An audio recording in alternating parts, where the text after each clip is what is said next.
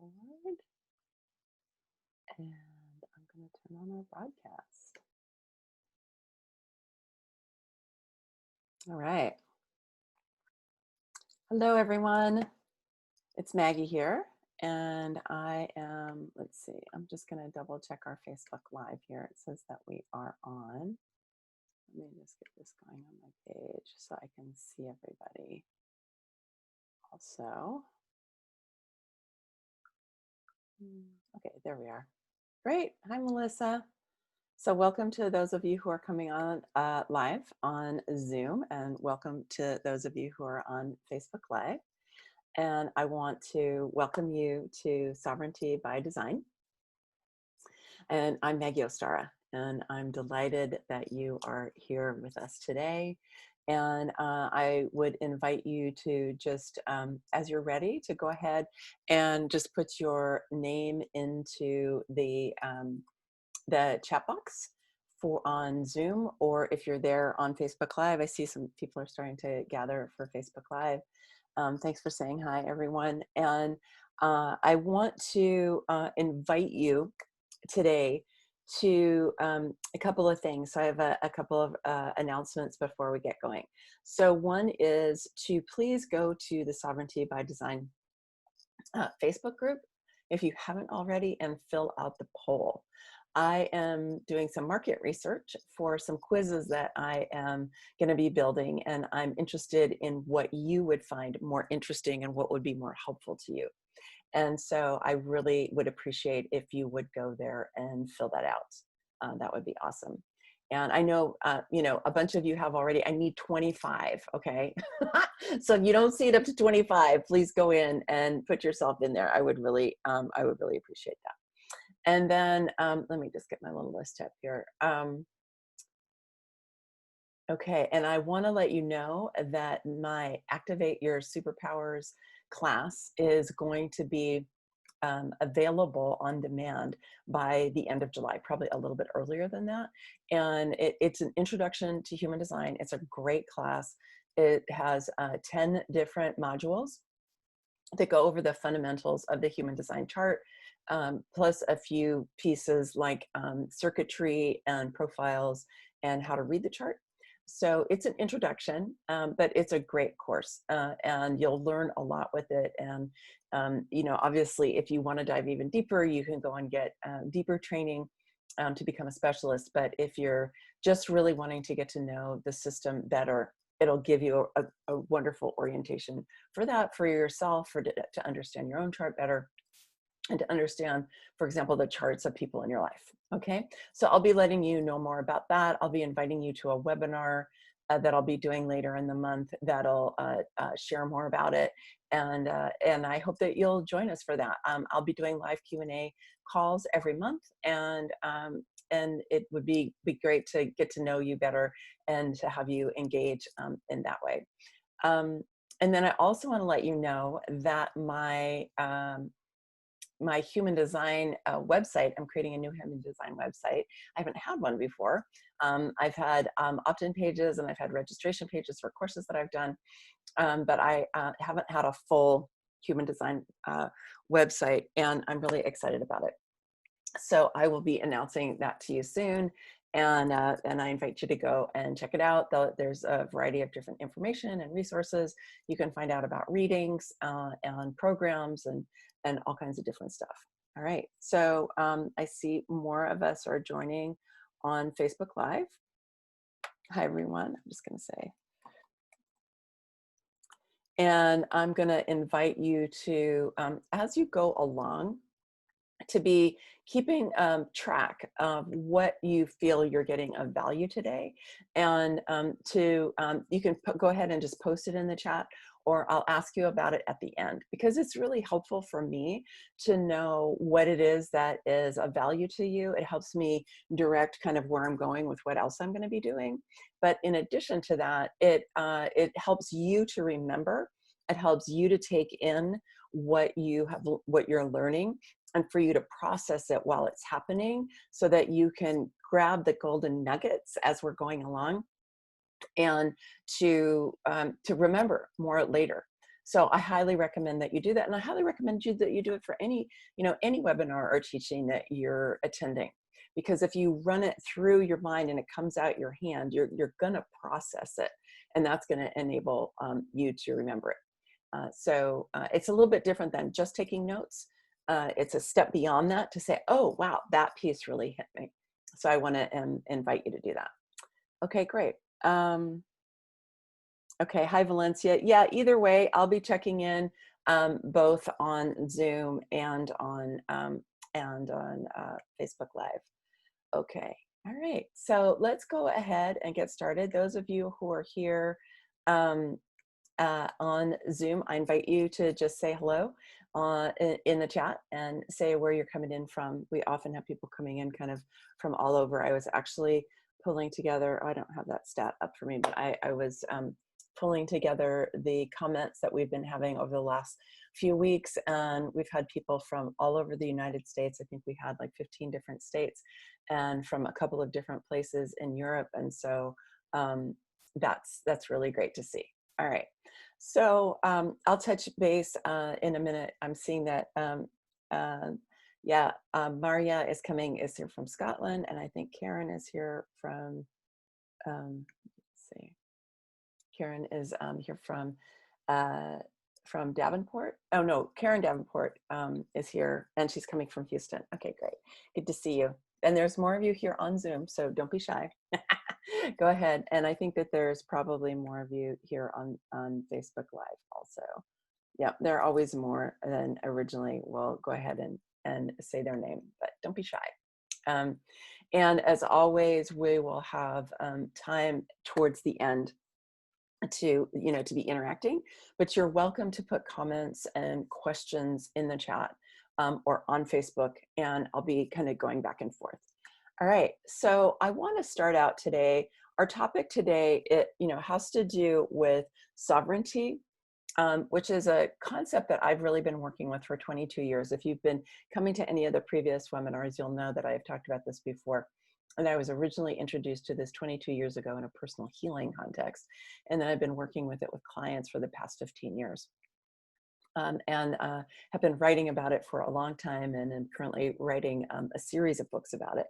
And so I'm excited to be offering this to you, and this is where sovereignty by design came from. And so we're going to talk about sovereignty in relation to human design and in relation to social justice and social change. And in that case, I'm going to unpack some concepts and some ideas that I think will kind of help us have some context, and to unpack some things about human design, about sovereignty, and so to some degree about social change. So I'm going to start today by talking about something that's in the book called White Fragility. I have joined, I'm like in 3 groups now. I've joined a book group that is talking about white fragility. I also have started my own, a group here locally where we may be reading that book, but we're going to be reading other books. And that's a group of white women to be really looking at our white privilege and our internalized racism, and just think that we, getting more learning, more understanding. I realize that for me, I have a lot of expertise in kind of African American studies in 19th century, and some in 20th century, but there are really big gaps in my knowing, and that there have been many periods in my life when I have, I grew up in a Black neighborhood, or had a lot of community that was very multicultural with lots of Black women who were friends, and that isn't true now. I live in a little white town in Northern California, and that just isn't the case anymore. And so there's a way that I kind of haven't had it top of mind for a while. And that's something that my white privilege enables me to do. And now I'm really looking at that and going, okay, this is an incredibly potent moment in our country's history. I think in some ways the most important moment for 50 years. And we have an enormous opportunity because there are so many people who are saying, yes, I need to become more aware. I need to learn more history. I need to hear more about the experiences of African Americans who are alive now and who are expressing what their experiences are like, and also from the past, and to be really kind of reconfiguring our understanding about our country and about the United States, and how we are still continuing to live inside of the legacies that the country was built on, in a lot of ways, which was the enslaved labor of Africans and African Americans and the genocide of Indigenous Americans. And so, and then the Europeans, that's my descent. My people came here early on. So I know that my ancestry was very involved in all of that. I don't know exactly what, but I do know that it had to have been the case, and that the Europeans who came here came from a very, highly brutalized societies, and that a lot of them were escaping from those really brutal conditions. But unfortunately, they brought that brutality with them, and then they enforced that on people who didn't have the same kind of weaponry that they had and the same kind of technology that they had, and who weren't as warmongering, as they were. And so, this is something that we really haven't dealt with as a collective. And this is a big part of social justice and social change. It's just being able to bring this up to top of mind, not so that we become, despondent or fall into our shame or walk around with white guilt, but so that we can be aware, we can be alive to what's true.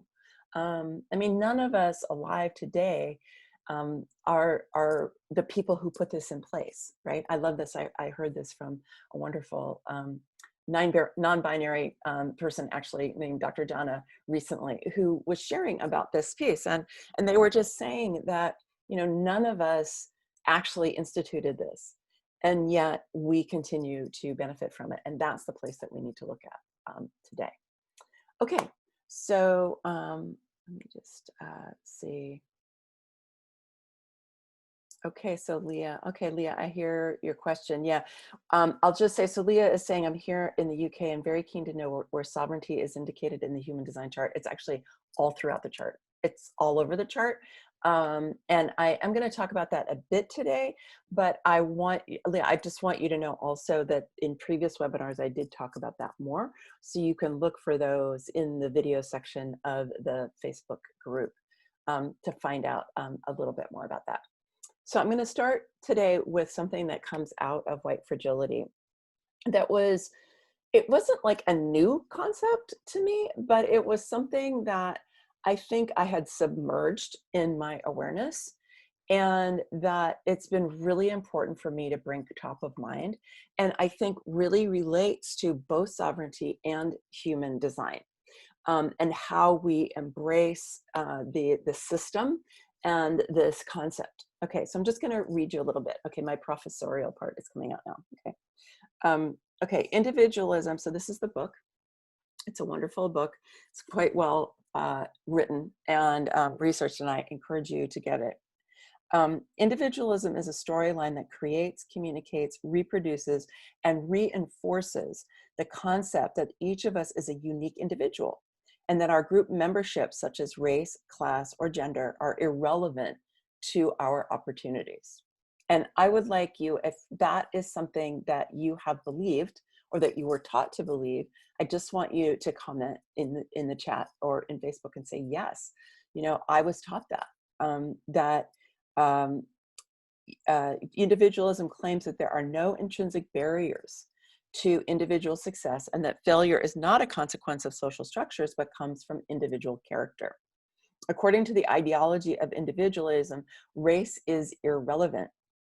Of course, we do occupy distinct race, gender, class, and other positions that profoundly shape our life chances in ways that are not natural, voluntary, or random.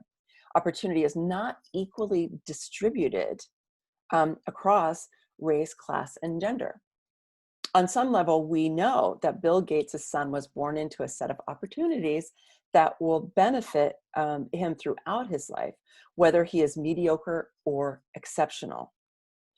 Yet, even though Gates' son has clearly been handed unearned advantage, we cling tightly to the ideology of individualism when asked to consider our own unearned advantages. So just think about that for a minute, right? Think about that for a minute. It's like, we have this idea, and it's a very American idea, right? Which is that we live in the land of opportunity, that anything that we have comes from our own hard work, that all we need is to have a good work ethic, and that we can create anything in our lives, and that there's nothing in our way except for our laziness, right? Or our unwillingness to pull ourselves up by our bootstraps. Like, how many of you have been trained that or have been taught that? Just go ahead and put that in the chat. Don't be shy. For some reason, you all on Zoom today are being very shy. So please go ahead and put in the chat. If this is something that you grew up with, something that you learned, something that even maybe you believe today. And those of you on Facebook too, please go ahead and just let me know, this is something, because it's very deeply embedded in our ideology of America, right? Our archetype of America, if you will. So one of the things I'm writing about in my book is about the archetype of America, of the United States. And so this is something that does not take account of the history of our country and the ways in which discrimination has been institutionalized, or of the brutality that we have seen that has both been historical, right? But that we have also seen more recently really blown up from police brutality. And I will say, I recently saw the documentary 13th. I highly recommend that if you haven't seen it already. It's on Netflix. And I was not aware of the level, both the continuity from the time of when slavery ended in 1865 until the current day, of the way that incarceration has been used, particularly against Black men, but Black women as well, in order to subordinate people in the Black community. And that in the last, 10 or 15 years, we've had an enormous rise of incarceration of Black men in particular, but also Black women, and also Latinx people, men and women as well, and Indigenous people as well, brown people, Black and brown people. And so, and the magnitude of it and how much it had grown was not something I was aware of. So that really came so clear to me. And also that there are more and more people who are acknowledging through, and are graciously, really, in a lot of ways, shooting videos, putting them up on Facebook, and letting us know what their experiences have been like, so that those of us who have been ignorant can learn about what their lives are, the type of daily suppression that they continue to experience.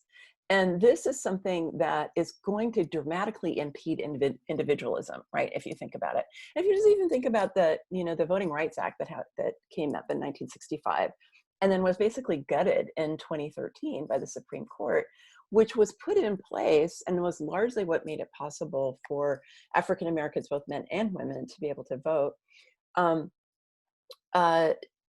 The fact that that's been gutted, right? And that only happened in 1965, and now it's been gutted again. And we're seeing how much voter suppression there is.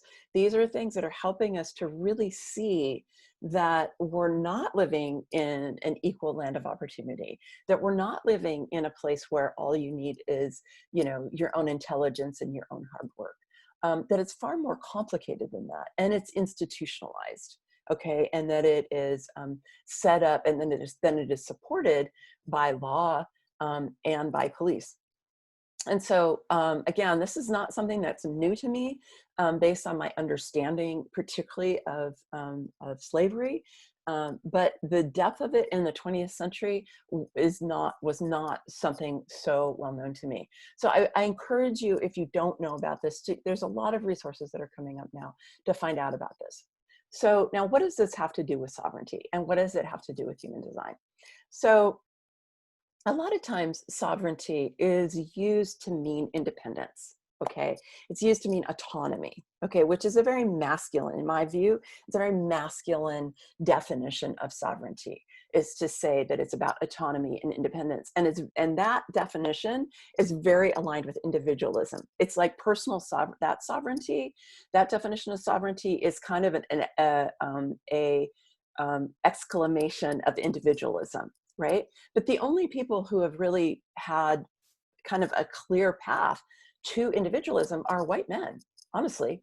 White women, increasingly so, more so than women of color.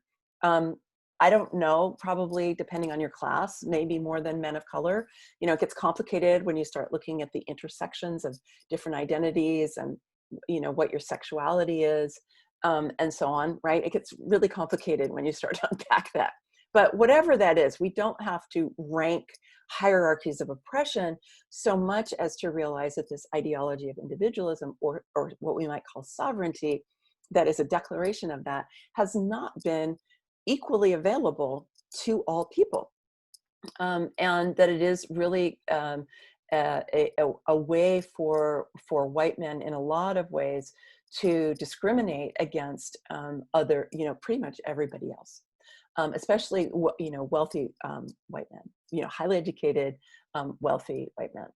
So, and I also want to just say to any wealthy white men or white men who are watching this later, this does not make you a bad person, okay? It makes you somebody who benefits enormously from the way things are set up. And so this is an invitation for you to check that out and to see what you can learn from this and how it might change your opinions about how our world is set up and how you operate and what you might do inside of it. So sovereignty, in my view, and what I'm starting to call modern sovereignty, okay, is something that I see increasingly declared by white women in the context of just talking about their own personal sovereignty, okay? And white women, we did lose our sovereignty under patriarchy in Europe. And we can see that in war, where the declaration was, one of the first things to do was to rape the women, right? And then the witch hunts, obviously, went on for 300-400 years, are another kind of top of mind, obvious way that women were suppressed. But, rape of women was legal from your husband, right? There are all kinds of things, right? But then when, you take a look at African-American women, right, they were subjected to not only patriarchy, but also what became white supremacy in this country, right? And of course, indigenous women lost their sovereignty as Europeans came and took over the continent and the genocide that came out of that, right? So women of all shades, if you will, all cultural backgrounds, all ethnicities, have lost our sovereignty under patriarchy and under patriarchal white supremacy. And so there's more and more of an expression of that I see among white women. Among African-American women, I see it to some degree, but I see it more in the term of queen. Okay, queen being a way of expressing appreciation to each other, or a way of self-authorization. And you can just think of Queen Latifah or Queen Bey as, Beyonce, as kind of celebrity examples of this. But I find, among the African-American women that I know, there's very commonly calling each other queen. It's a term of endearment and acknowledgement, appreciation, and respect. Not so much sovereignty, although that may be arising. With indigenous people, I see sovereignty being used around the relationship to lands, being able to manage lands and resources that have traditionally been part of their tribal communities. Excuse me. So sovereignty is getting used, and the kind of icon of the queen, or the archetype of the queen, are increasingly coming out and being used, I see. And women are claiming this as a way of empowering ourselves, empowering our experience, being able to express what has been true for us, to be able to talk about our responsibility and our creativity, our intuition, the power of our way of seeing the world. And so I love that about sovereignty. And it's one of the key reasons that I've been involved in and seeing it happening. Now, and often here, when women are using this, it's a different term than that individualism, and also with indigenous sovereignty.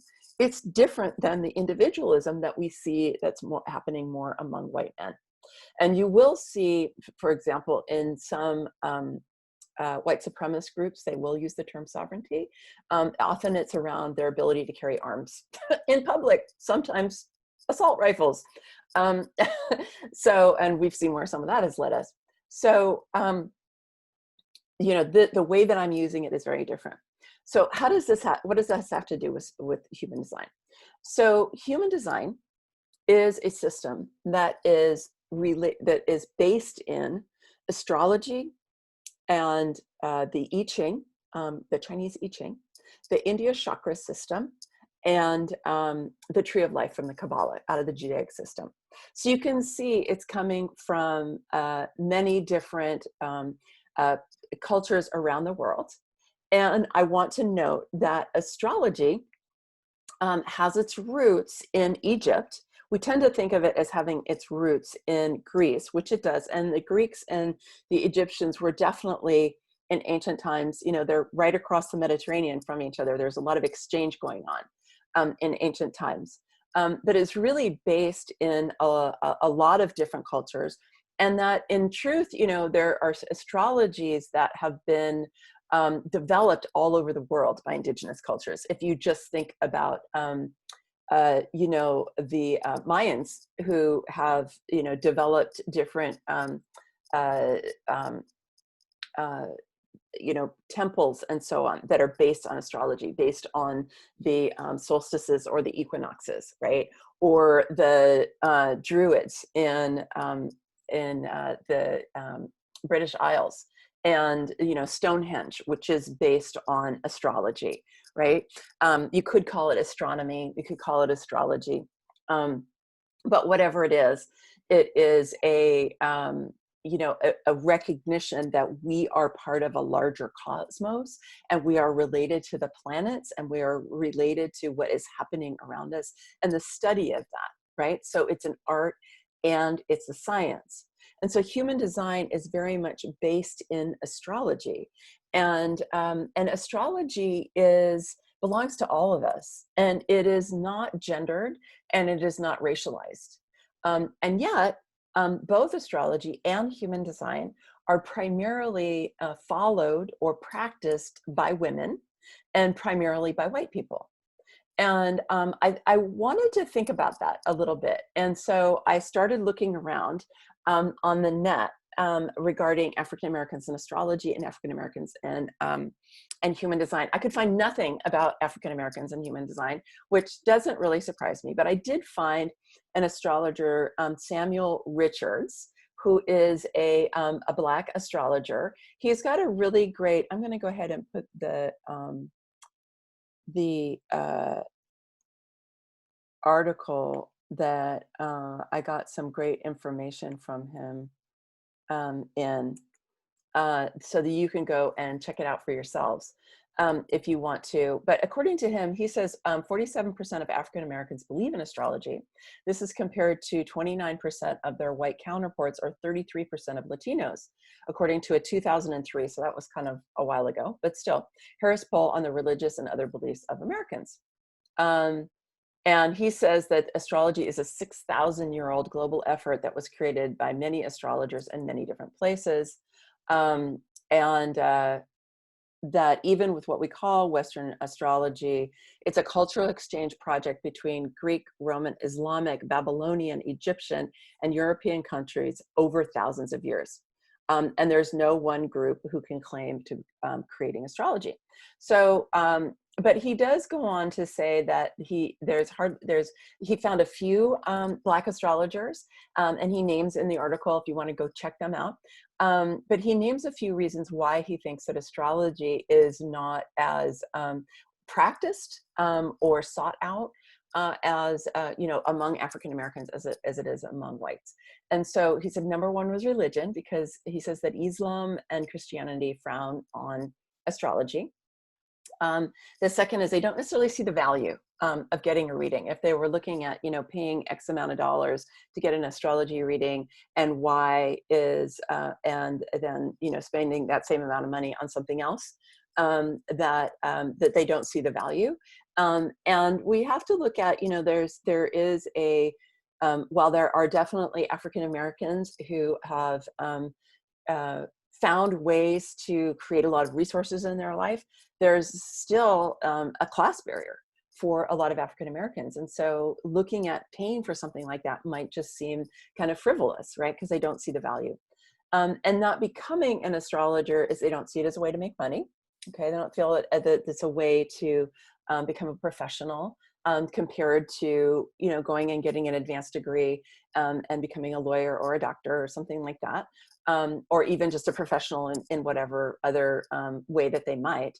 And that there's also a certain amount of stigma in relation to doing something like that. So I found that to be really interesting. And I think that that's probably true with human design as well. Since human design comes out of astrology, I thought it was a good place to kind of look at that. What I do want to say is that human design in and of itself, just as astrology in and of itself, is based on the cosmos. It is not based on our human constructs that we have made. As Angela Davis says, the heteronormative patriarchal white supremacist society that we now live in is something that people created. It is not intrinsic to the cosmos. It's not intrinsic to our solar system, to all of our existence as star beings. Every person on this planet is a star being. We all came from the star at the center of our galaxy. We all came from the same earth. We are all part of the earth. And yet, as human beings, we have created these cultures that have you know, subordinated people around the world for a variety of different reasons. And this does not just happen in the United States, and it doesn't just happen in among European and colonial countries. I mean, we're seeing what's happening in China right now, if you're paying attention. You know, I mean, it happens in a lot of different places. So it's, I talk about this because I live in the United States and I know the United States best. And I think you know, most of us here are coming from a US context, although I know we do have some Europeans who tune in. But all of us who come from European heritage, it's good for us to be paying attention to this.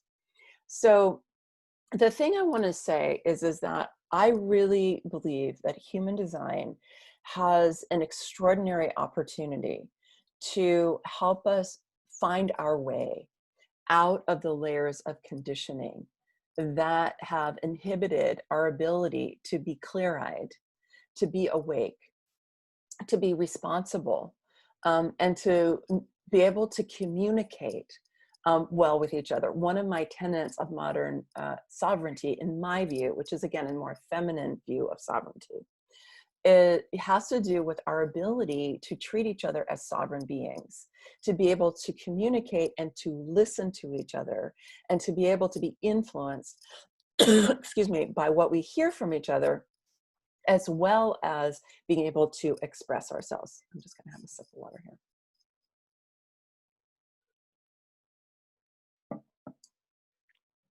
And this is what one of the things, I think this is a big place where we are right now, in what we might call race relations in the country, is our ability to hear each other and to be able to be influenced by what we hear.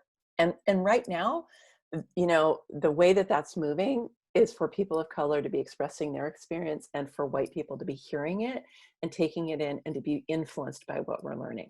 Okay, that is the way it needs to go right now. Because let's face it, it's been going the other way, and that is the way the dominant culture works, right? Is that people of color are inundated by white people expressing our opinions and sharing our experience. And that goes for us white women too. And so, you know, it's kind of like, hey, yeah, but we have something to say, and we have experiences, and it's time for you to listen. I actually just watched a little video on Facebook this morning that was talking about, you know, and this was an African-American man, and he was saying, you know, white people, you need to just kind of calm down and be able to stop being so defensive, and to take in a new point of view. And human design teaches us how to do this because human design teaches us to slow down and to watch for divine timing, to tune in to what is right in this moment, individually, communally, and collectively.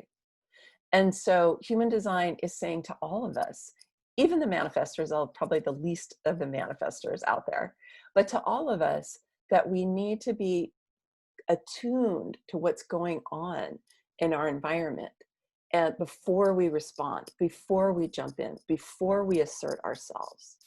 And to be able to, let's just look at generators, right? Generators, manifesting generators and pure generators, all of us, 70% of the population, right? We're designed to respond. We're designed to respond, which means we need to, the term is wait, but I'm just like, pay attention to what's going on in your outer reality, and then respond to what's going on in your outer reality, rather than just barreling forward with this ideology of individualism, right? If it's to be, it's up to me, right? That's individualism. Rather than that is to stop and pay attention. And for projectors, which are 20% of the population, it's even more, which is be invited, wait to be invited, right? And so human design has built into its very system tools and technologies that enable us to learn how to be together on this planet, how to discern if it's right timing, if other people want to hear what we have to say, if it's the right time for us. And I think we're getting a really big lesson in divine timing right now. Like I said early on, that this is the most important moment in our country in the last 50 years in a lot of ways, because we have the opportunity as white people to stop and pay attention as a collective, not just individuals, or not just in small pockets, but collectively, to stop and pay attention and to listen and to be influenced by new perspectives. Now, if you have a defined ajna, that's going to be a little harder for you because you're going to be more fixed in your point of view. It's not true 100% of people who have defined ajnas, because I know people that's not true for, but you might have to work a little bit harder at it. So if you do have a defined ajna, know that that's true. But the rest of us, most of us have an open head in ajna, something like 7 out of 8 of us. It's by far the most of us. We are designed to take in new perspectives. If we don't, and if we're defensive, and if we have problems with that, it's because we've been conditioned to be that way, not because we're designed to be that way. We are designed to be able, really to interact with other people's energies. It's one of the beautiful things about human design is that we're designed to interact with other people, to take in their energy where we're open and then amplify it, right? Or the places where we're defined is to telegraph out our energies and for other people to take in and amplify it. And then we get to interact in this really beautiful way. And we can be conditioned in our definition just as much as we can be conditioned in our openness, okay? I know that that's not what traditional human design says, but based on my several hundred readings at this point, I would say that that's true. That's definitely what I have found. And I know that my teacher, Karen Parker, says the same thing. And she's working on codifying some of that in the writing that she's doing now. So those are a few places where human design really, I think, can be an ally for us. And in our more feminine sovereignty, if you will, modern sovereignty, as I'm starting to call it, is that it's our ability to be so grounded in our own human design, if you will, our own sense of our beingness, that we do not have to enforce our opinions on other people. We do not have to enforce that we are the dominant race. We don't have to enforce that other people have to hear us, right? Or they have to take care of us or pay attention to our emotions. That we are able to do that as white people and to pay attention to what people of color are telling us.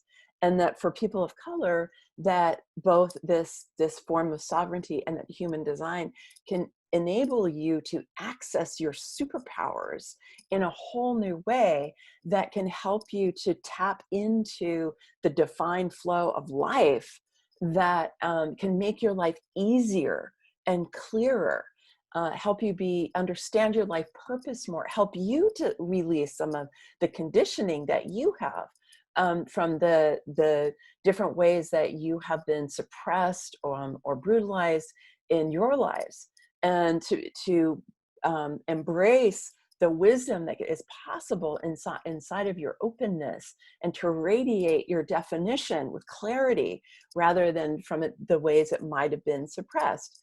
And I know I've done readings for several African-American women who know, like if they have, let's say, 3 or 4 motors or they're defined, I said, people are gonna feel you when you walk into the room. And they're like, oh yeah.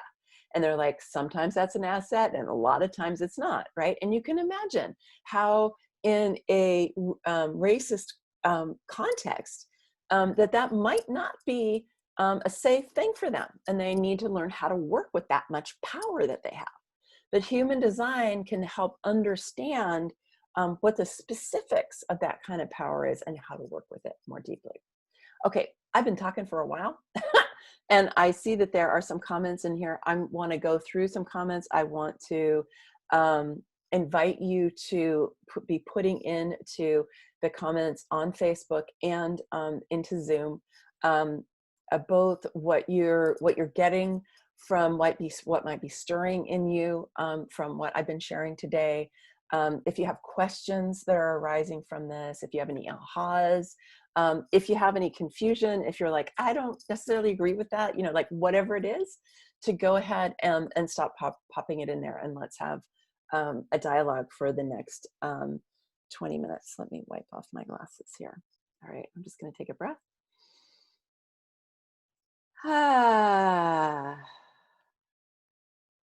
Okay, I'm just going to go over to Facebook first. All right.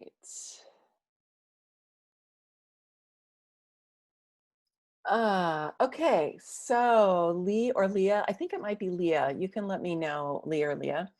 And she's the one who asked about sovereignty, where sovereignty is indicated in the human design chart. So maybe I spoke to some of that today, Leah, and I could speak to that a little bit more today, depending on how we go. Actually, I do want to say one more thing in relation to that. That reminds me that I meant to talk about today.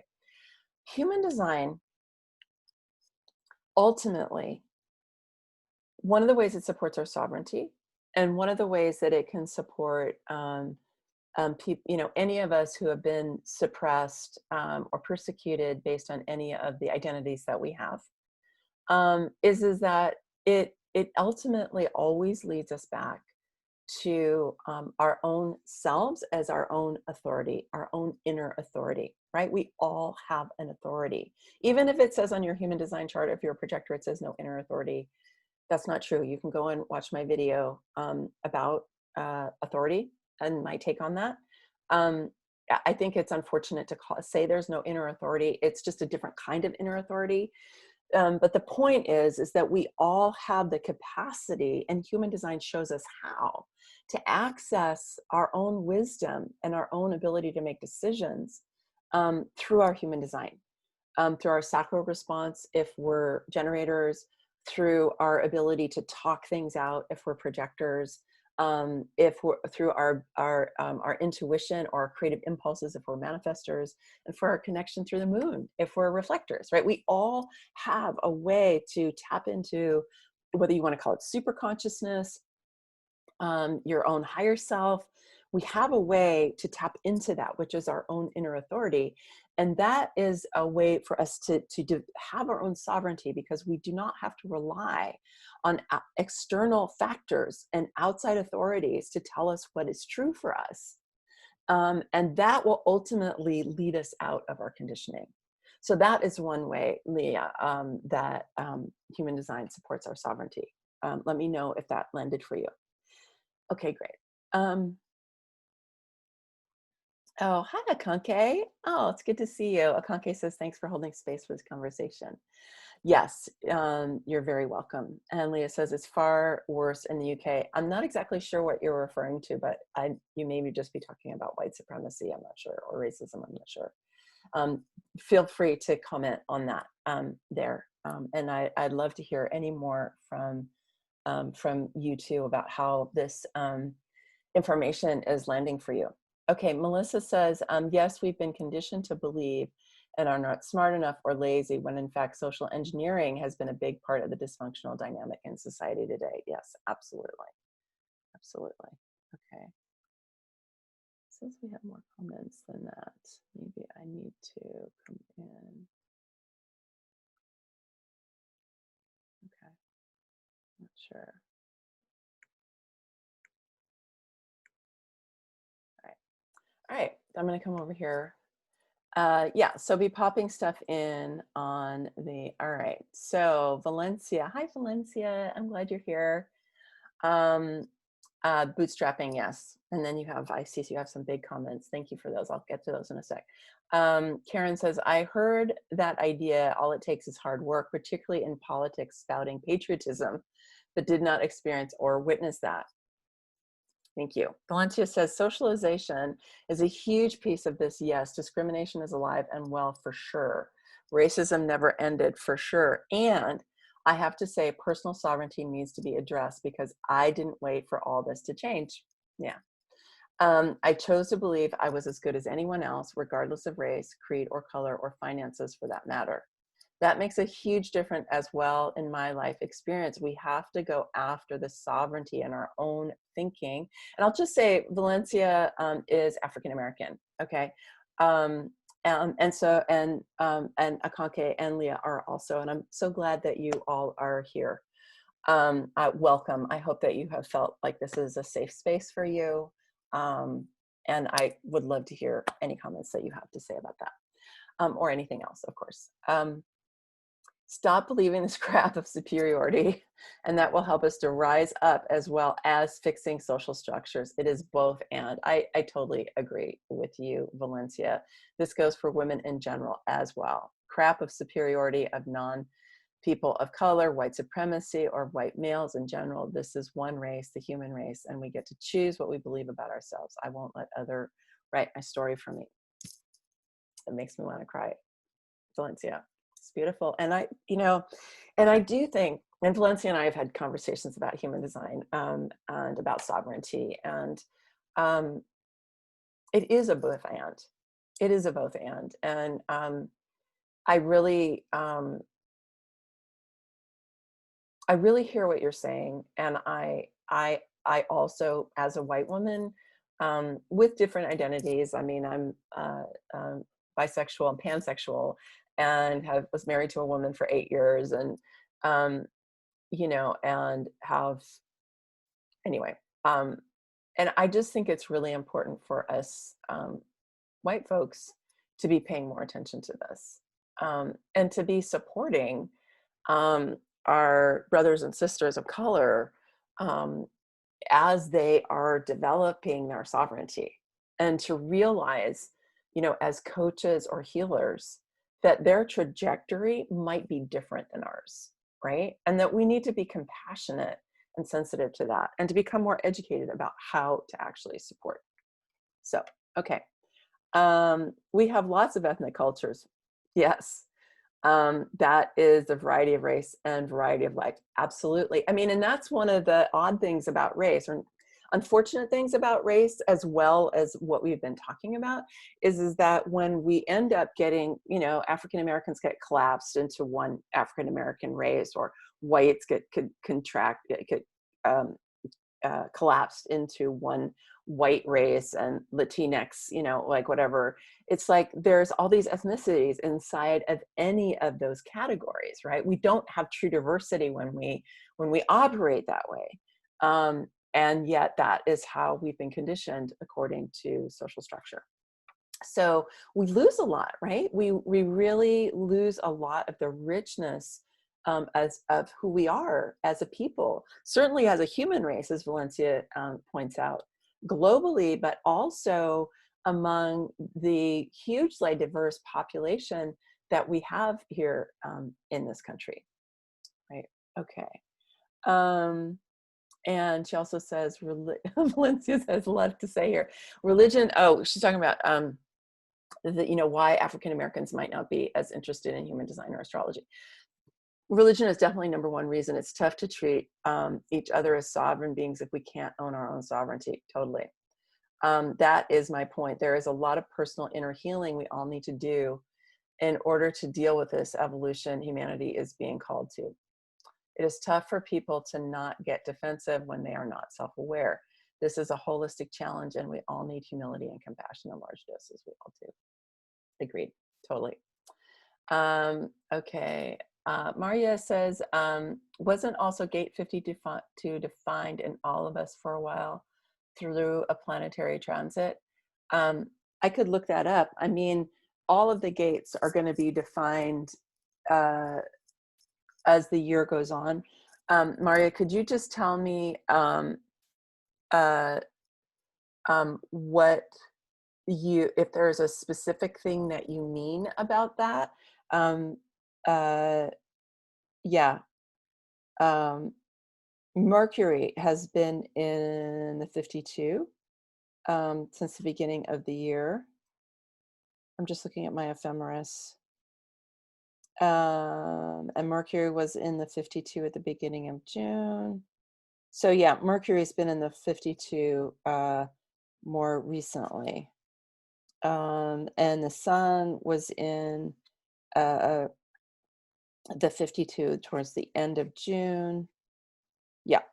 Let me just see what Karen's most recent thing about the 52 is. And Mario, tell me what you're thinking about when you say that. So according to quantum human design, the 52 is the ability to see a larger perspective, okay?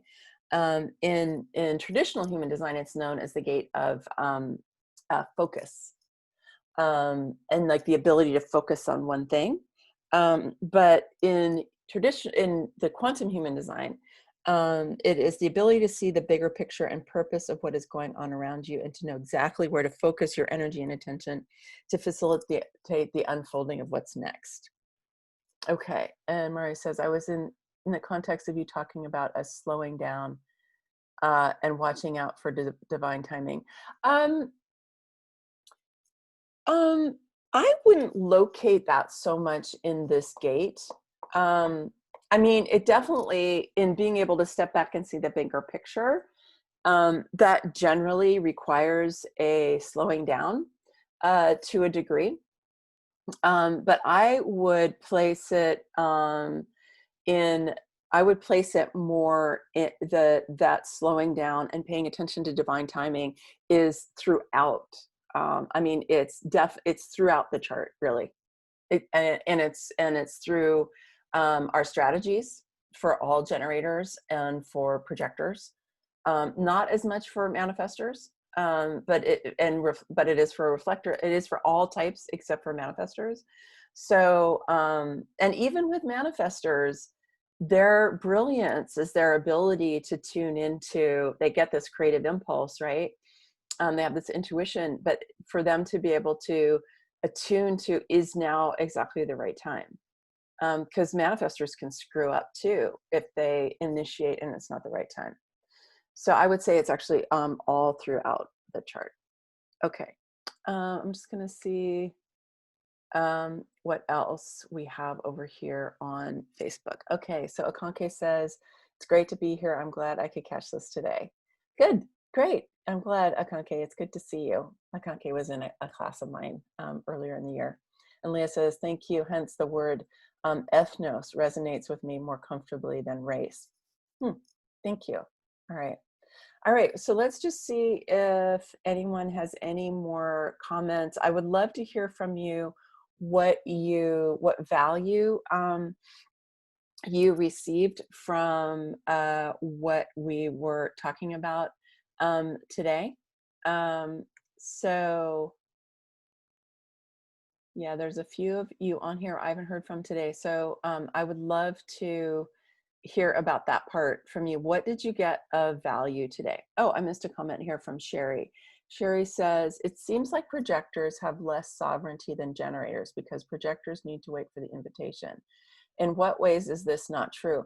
I wouldn't say that they have less sovereignty. I would never say that.